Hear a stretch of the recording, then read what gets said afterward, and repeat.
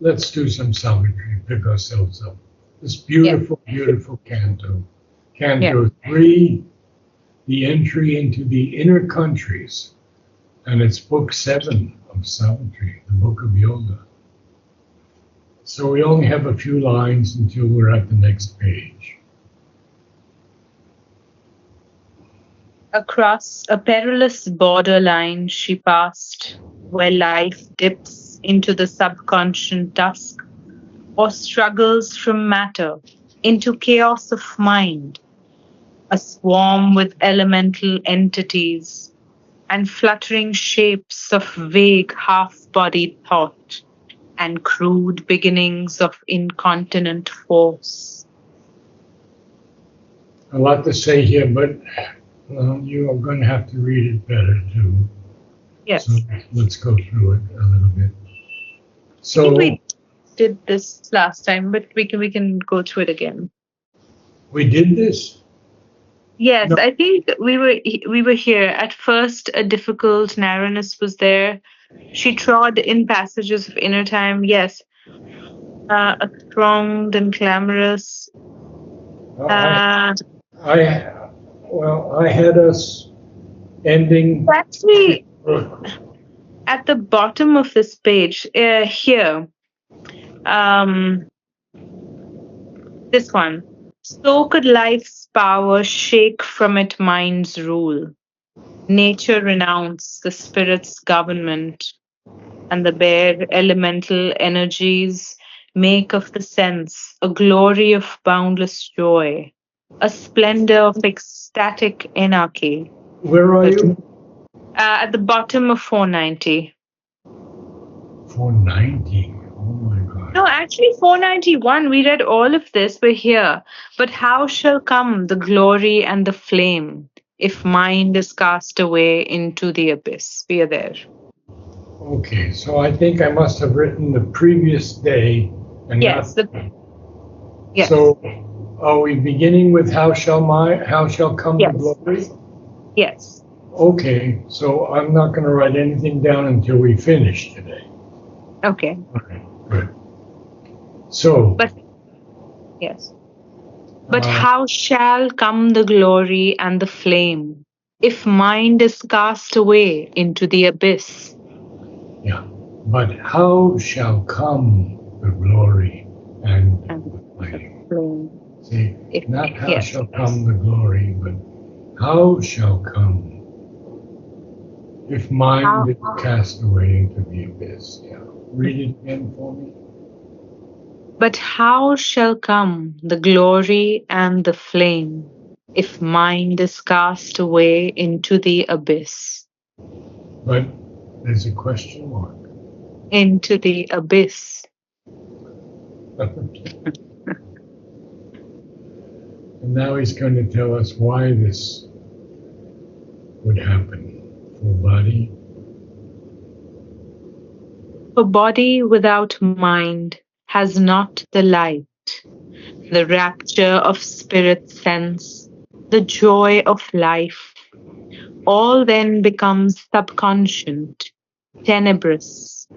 Inconscience puts its seal on nature's page, or else a mad disorder whirls the brain, coasting along a ravaged nature's roads, a chaos of disordered impulses, in which no light can come, no joy, no peace.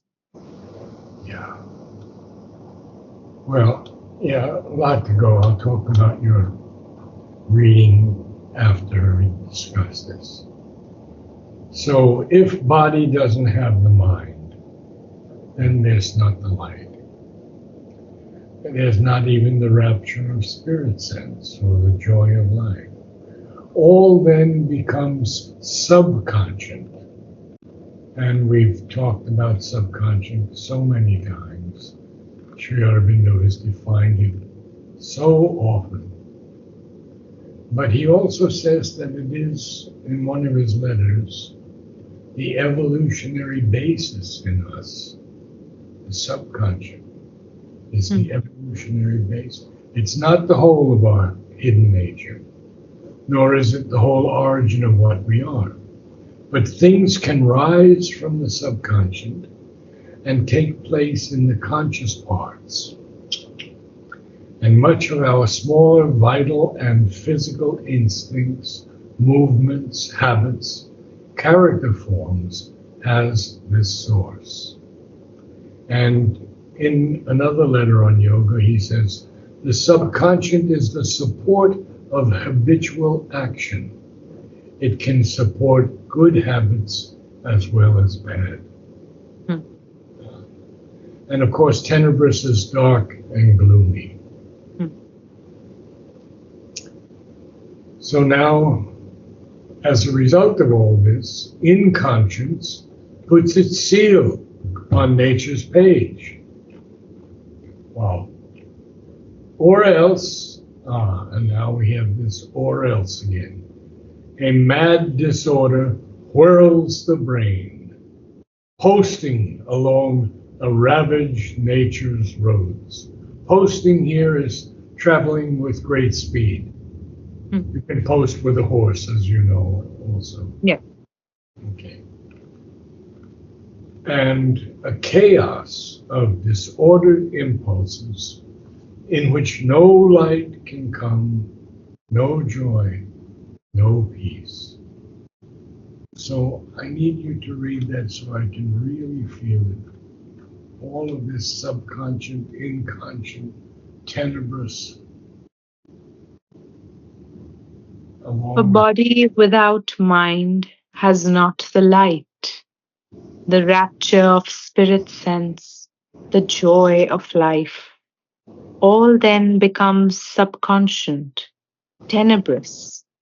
Inconscience puts its seal on nature's page, or else a mad disorder whirls the brain, posting along a ravaged nature's roads, a chaos of disordered impulses in which no light can come, no joy, no peace.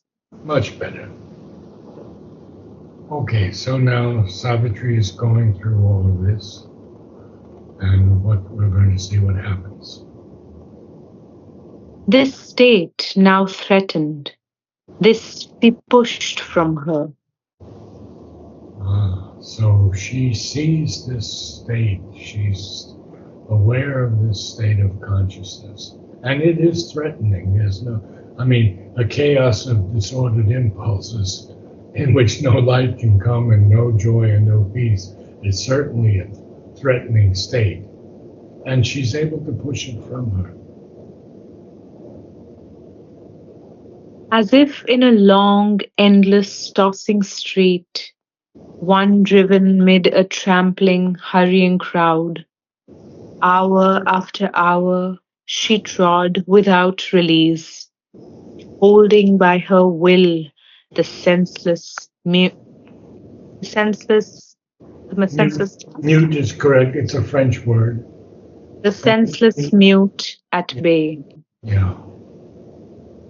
Out of the dreadful press she dragged her will and fixed her thought upon the Saviour name.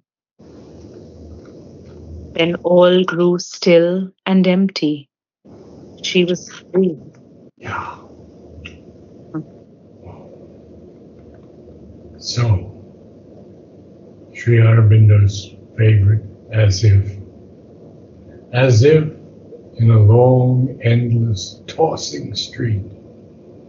So it's tossing, a tossing street. Everything's going on. One driven mid a trampling, hurrying crowd. After hour, she trod without release, holding by her will the senseless mute at bay. The mute is usually a pack of hounds, but it can also be a mob of people. A great mob, you know, you see it in Times Square on New Year's. This unbelievable mob. That's a mute. Out of the dreadful press, she dragged her will and fixed her thought upon the Savior name. Sri Aurobindo capitalizes name, and this is very important. I use it all the time. And in the Life Divine, he says, name in its deeper sense is not the word by which we describe the object, but the total of power, quality, character of the reality which a form of things embodies, and which we try to sum up by a designating sound, a knowable name, nomen.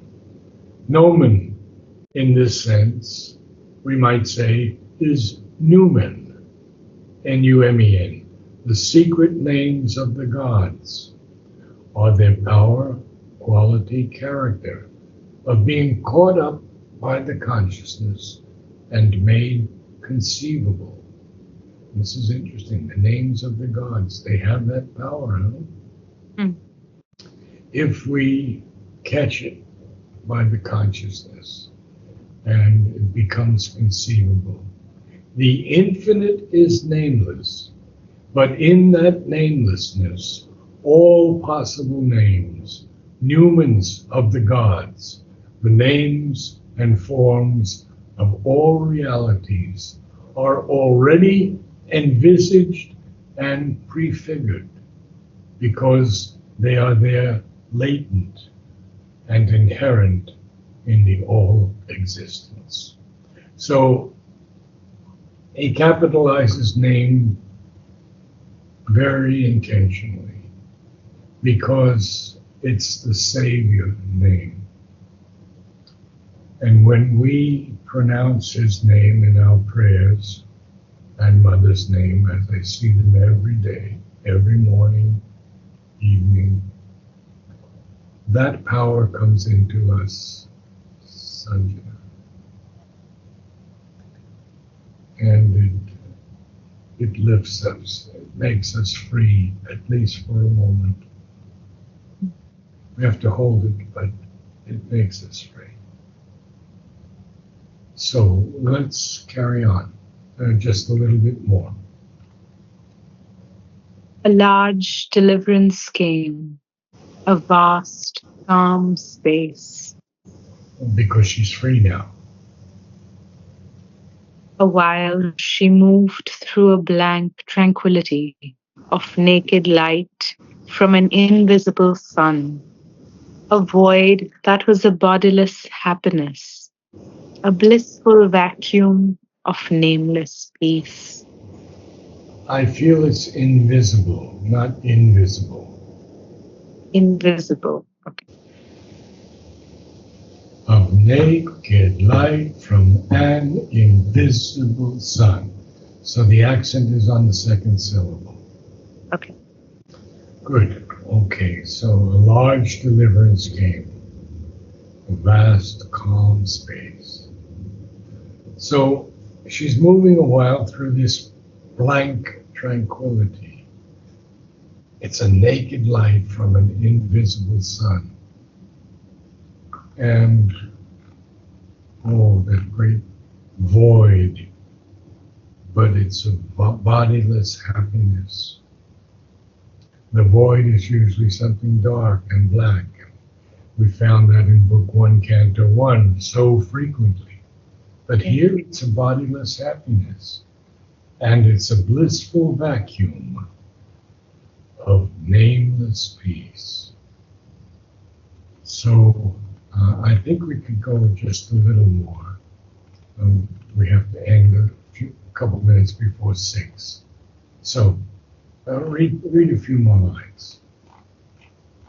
But now a mightier danger's front drew near. The press of bodily mind, the inconscious brood of aimless thought and will had fallen from her. Okay, so nothing's happened yet, but there is a dangerous front that's drawing near. We'll see what that is.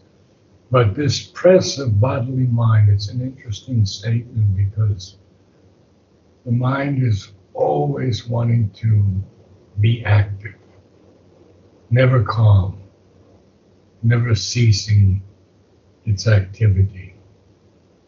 So this press of bodily mind, this brood of the inconscient, well, of aimless thought, see, and that's basically what we all have to guard against, this aimless thought that keeps coming from the universal entities, we could say, and going into our ears when we don't even want it. We're all aware of it. Yeah. I mean, bad thoughts, jealousies, criticisms, judgments, etc., etc. We're all aware of it. And it's not us. That's the thing. So here, this aimless thought and this aimless will had fallen from Savitri. So let's have you read the whole thing and really express to me the beauty of these passages. But how shall come the glory and the flame if mind is cast away into the abyss? For body without mind has not the light, the rapture of spirit sense, the joy of life. All then becomes subconscient, tenebrous. Inconscience puts its seal on nature's page, or else a mad disorder whirls the brain, posting along a ravaged nature's roads. A chaos of disordered impulses, in which no light can come, no joy, no peace. This state now threatened, this she pushed from her, as if in a long, endless, tossing street, one driven mid a trampling, hurrying crowd. Hour after hour she trod without release, holding by her will the senseless mute at bay. Out of the dreadful press she dragged her will, and fixed her thought upon the Saviour name. Then all grew still and empty. He was free. A large deliverance came, a vast, calm space.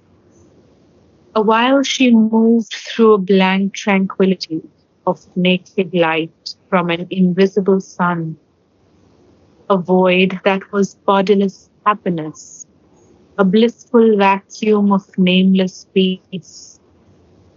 But now a mightier danger's front drew near.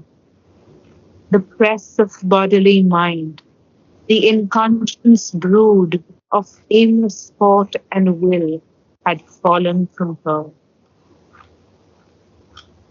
I'd like to just spend a minute on the word name. It Yes. occurs 111 times in Savitri. Oh, oh, interesting. Now, in the first book, in the first canto, he's speaking of the avatars who come and they have their work betrayed and their good is turned to evil. Only they leave behind a splendid name. And he capitalizes name there. And I'll continue on a little bit. The ever living, whom we name as dead.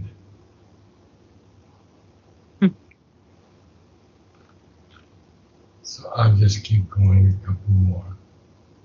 Yeah. A deathless body and a divine name.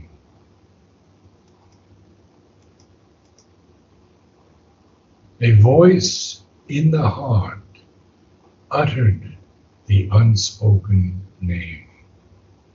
Again, capital N. I'm only really looking for all the capitals because this nameless, many times he uses her doubtful title to her divine name, capital N again. It's just amazing the things we can find. Let's see if I can find one more yet. There are so many names and names. Yeah, a prayer, and this is the one I was looking for. A prayer upon his lips and the great name. Mhm. Just extraordinary. And we begin to feel what Sri Aurobindo is giving us here in this. Even attributing to them the awful name. But it's a name that's filled with awe here. Okay, see you. Bye. Thank you. See you next week. Namaste.